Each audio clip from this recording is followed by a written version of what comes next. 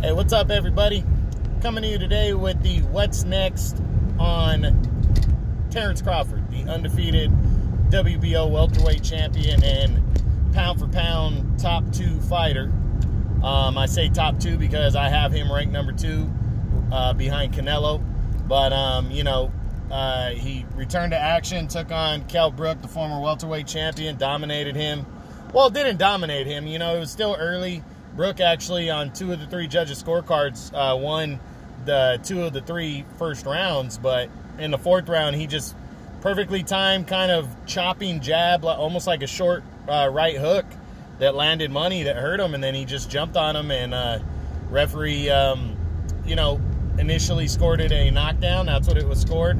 And then Kell Brook couldn't recover. Crawford jumped on him after, and, referee jumped in the way and stopped the fight. So, yeah, Kell Brook, pretty much, we're going to see if that's it for him, but he's definitely at a crossroads following that loss to Crawford, and we'll see how he bounces back from that. But, Terence Crawford, another good, solid win over a former champ, with somewhat of a name, but, it's going to be interesting to see what happens. So, what's next for Terence Crawford, the undefeated WBO welterweight champion? Well, heading into the fight, there was some rumors right before the fight that it could be, Crawford's last fight with Top Rank. His contract runs out in October of next year, 2021, and there have been talks, though, that maybe this was his last fight on the contract,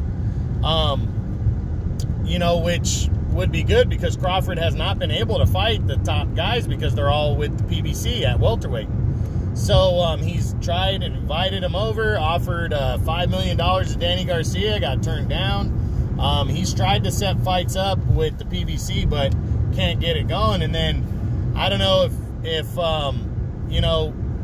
what Bob Arum was thinking, but he went and said and talked about how much money he loses on Crawford fights. So Crawford took that as a shot and said, release me of my contract then now, and you ain't got to worry about it anymore. So it's going to be interesting to see what Crawford does next.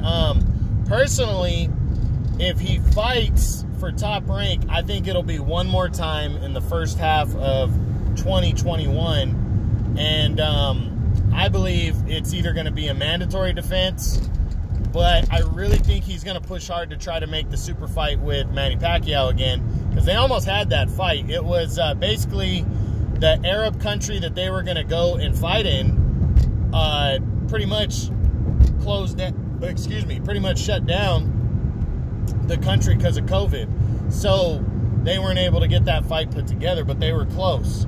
So I think, obviously that's going to be his high priority, trying to land Pacquiao.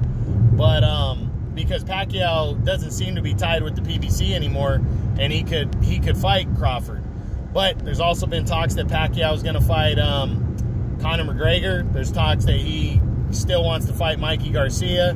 Maybe he doesn't want the Crawford fight until the second half of the year. Maybe he doesn't want to deal with Bob Arum. There's a lot of big questions here on what could be next for Terence Crawford. A lot of moving pieces.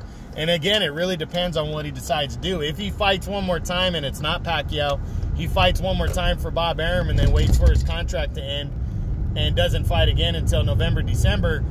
And again, if it's not Pacquiao next, then I think there's a solid chance that he gets he just makes a mandatory defense. But then I went and looked at the current WBO rankings, and it's just a fucking toss-up of what could happen. And the reason is number 1 is Sean Porter.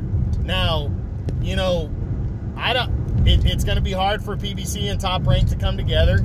I think that there's been talks of it. I think there's interest on both sides, but can PBC and Top Rank come together? And then I personally feel that the WBC is going to mandate Porter to fight the winner of Errol Spence and Danny Garcia next. So I think Porter would definitely jump at that fight before Crawford. So I'm leaning towards it's probably not going to be Porter who's number 1. Then you look at number 2, and that's undefeated rising star Virgil Ortiz Jr. I think Crawford would be down to fight a youngster, but can Golden Boy and Top Rank work out this fight? Does Oscar want to risk Virgil Ortiz against Terence Crawford already? Does he want to do that? Another one I'm leaning towards the no. Okay, then number 3 in the WBO right now is Mikey Garcia. Would love this fight between him and Crawford, but does Mikey want to roll that dice? Is Mikey going to fight Manny Pacquiao? You know, does he want to roll the dice and take on Crawford when Mikey has options at 140? You know, he does. He can invite up certain fighters from 135 like Teofimo Lopez. There's what's his name? Gervonta Davis.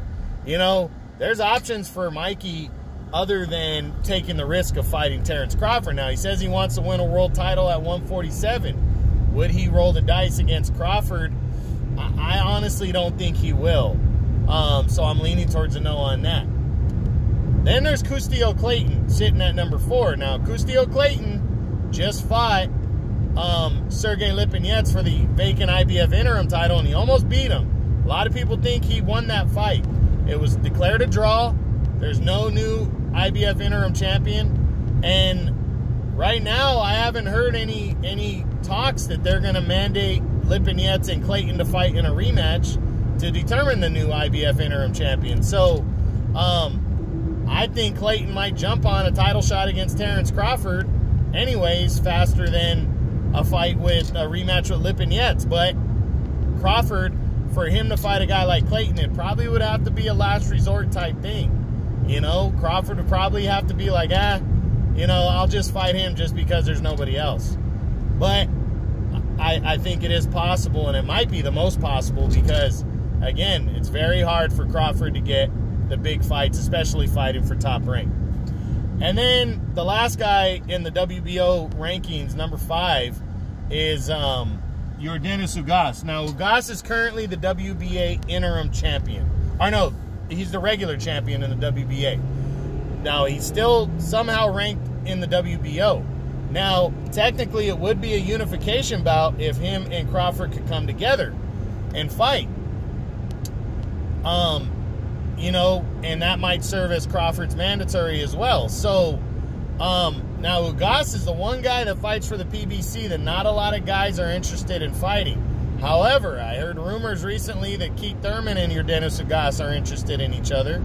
I know a rematch with Jamal James is on the table for Ugas, possibly because he's the interim champion in the WBA.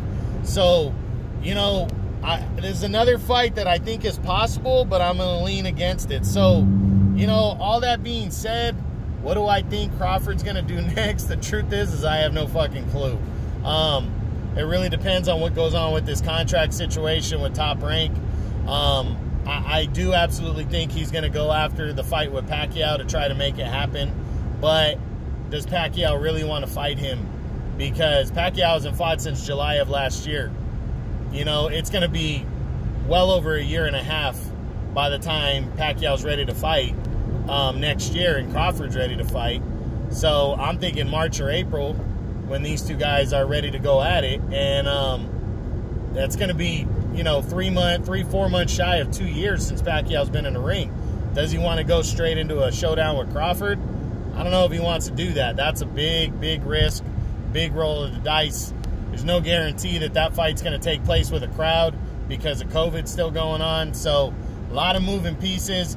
I'm sure whatever Arab countries are offering to put this fight on, I'm sure it's going to be for a shitload of money, though, because those countries generate a lot of money to bring these big events overseas. So, you know, the Anthony Joshua, Andy Ruiz rematch made tons of money for both guys to go fight. I forget where they fought. I think they fought in Saudi Arabia.